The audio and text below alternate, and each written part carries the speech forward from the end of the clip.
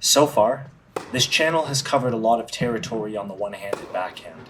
Today, we are going to be analyzing what is probably the most important factor for generating massive amounts of topspin on the one-handed backhand. We are going to focus on one key move in the follow-through, which is the hand and arm rotation. We could give this movement fancy words like pronation and supination, but this is not rocket science, and I'm going to show you how this one move can make a huge difference in your competitive results if you play with a one-hander. We are going to study the clockwise rotation of the racket head during contact point and how it is different on certain shots. We could compare this move to the windshield wiper on the forehand or the wrap, but on the one-handed backhand, it is less extreme and much harder to observe, especially if it has never been pointed out to you. I can undoubtedly say that this is by far the most important factor for generating spin on the one-handed backhand. First, we are going to look at Roger Federer hit two similar balls from the same position in the court with one major difference. In the first video, he comes through with the classic finish and the racket head on edge. On the second ball, he rotates the hand and racket over much further so that the strings are actually facing the opponent when he reaches the finish. The hand, arm, shoulder turn over as a unit with the racket facing the net. So how does this fit into the game of top players, and how should you utilize it in your own game, even at a lower level? When we have the classic one-handed backhand in mind, we think of the racket edge being close to perpendicular at the end of the finish. Once you know what you're looking for, you can also find plenty examples of players using less shoulder rotation on specific shots. Typically, you see this on balls that are driven flat when players are on the run and the return of serve.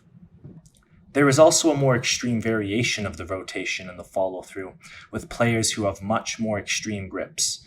This, in combination with the wiper motion, is much more popular among top players because it is very effective when it comes to dealing with high balls. It allows players to increase topspin by making the path of the racket head slightly steeper just before the contact. It's possible that it may also contribute to overall racket head speed. More players are using more rotation more often, and here's how you can do it on your own backhand as well. So, the rotation is generated from the shoulder, but also the forearm. When I'm hitting my backhand, I like to think of it as rolling my entire arm and turning it over like a log with my wrist fixed, not rolling. That's very important, and we will be touching on that later. In the forearm, there is some internal play from the elbow down as you turn the hand over, and I find the more extreme I make this part of the swing, the more spin I'm able to generate. By also using your forearm and not just having the racket come through like a stick, it allows the racket to rotate much further around the ball as it swipes around like a clock. This move is the same thing that actually happens on the serve and the forehand after contact, where the racket moves upwards to the hit and outwards in the follow-through.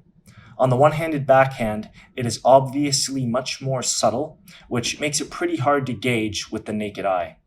Now, we're going to use the Nike swoosh on Federer's wristband to see the difference in two shots hit from the same position in the court. On the first backhand that has a classic finish, the hand does not turn over at the end, and we can't see the swoosh because the follow-through stops. On the second backhand, the swoosh rotated further. Rather than stopping when it was pointing upward at the sky at contact, it continued rotating until it was pointing at the side fence. Now we can look at a video of me doing it. For the purpose of this video, I'm wearing a wristband, and we can see the difference in the two finishes. In the classic finish, the racket rotates only about 45 degrees and finishes pointing to the sky. In the modern finish, the forearm is rotating about 90 degrees. It is clear, and we know this by using the wristband as our indicator, and also the direction of the racket edge in relation to the court. Now, I made a video called Never Roll Your Wrist on the one-handed backhand, and perhaps the concepts explained here can help you better understand why wrist rolling your one-handed backhand is a recipe for disaster. Throughout the entire swing, the wrist is laid back. Players get the racket into what we could call the letter L, slot, which is a 90-degree angle formed with the wrist, hand, and racket head. Because the entire arm turns over, the wrist turns over as part of this unitary movement. During contact, the wrist is actually still laid back. As you're hitting, it should feel like your entire hand is revving up like a motorcycle and staying in that most fixed and extended position the entire time.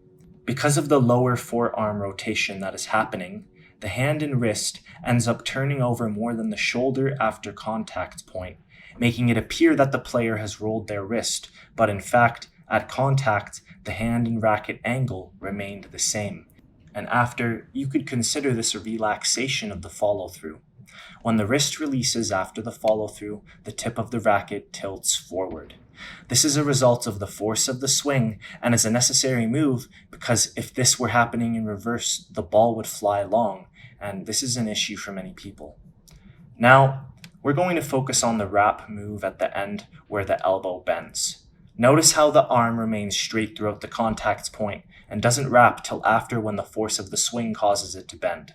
A lot of players mistake this for a move that takes place in the forward swing, so they're going out and flicking around way too early, when in fact, it is a byproduct of the rotation. As you can see me doing it in this sequence, notice how when my arm is fully extended after the follow-through, my racket goes from the side fence back up towards the sky. This part of the swing is for more advanced players, but once you get this, you can really start ripping into your backhand, especially on high balls.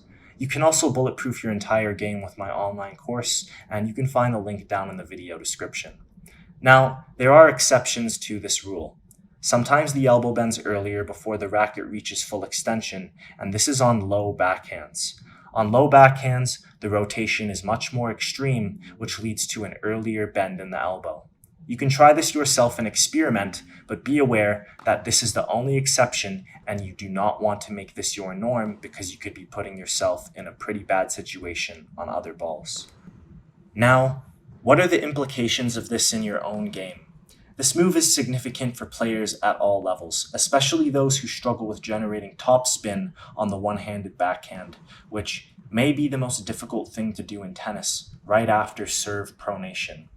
Club players at the intermediate level are obsessed with finding topspin on the one-hander and generally try and achieve this goal with a loopy upward swing or an extreme grip, which usually just results in a skimming of the ball with not much power. The situations where mastering this factor can make a huge difference is when you go to create short angles and passing shots. Also, creating spin on low balls to hit up and over the net with a deep loopy reply. A third is to control fast, high, bouncing balls, which are the most uncomfortable shot for a one-handed player, by far. You can also use this to hit topspin lobs when your opponent is up on the net, or if you're a moonballer and a pusher, you could theoretically abuse this as well. Players who want to develop this should experiment first in control drills, ideally with a coach or on a ball machine. And this is going to take some practice and it will not come overnight. Visualize rotating everything as a unit.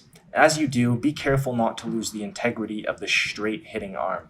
If your strings are facing at the net at the extension of the swing while the hitting arm is still straight, then you have most likely done this correctly. You can work on short angles, then low balls and high balls, and still experiment with the classic finish as well, because sometimes you will still need to use it when you wish to hit a more driven ball with less spin. Using these insights and taking it one step at a time, you can add a very important dimension to your one-handed backhand. If you're a player at the intermediate level and want better competitive outcomes, I recommend checking out my online course that will show you how to swing like a pro player on both the one-handed and two-handed backhand and every other shot in tennis as well. The link is down below in the video description. In any event, thanks for tuning in and use what you've learned to play modern tennis.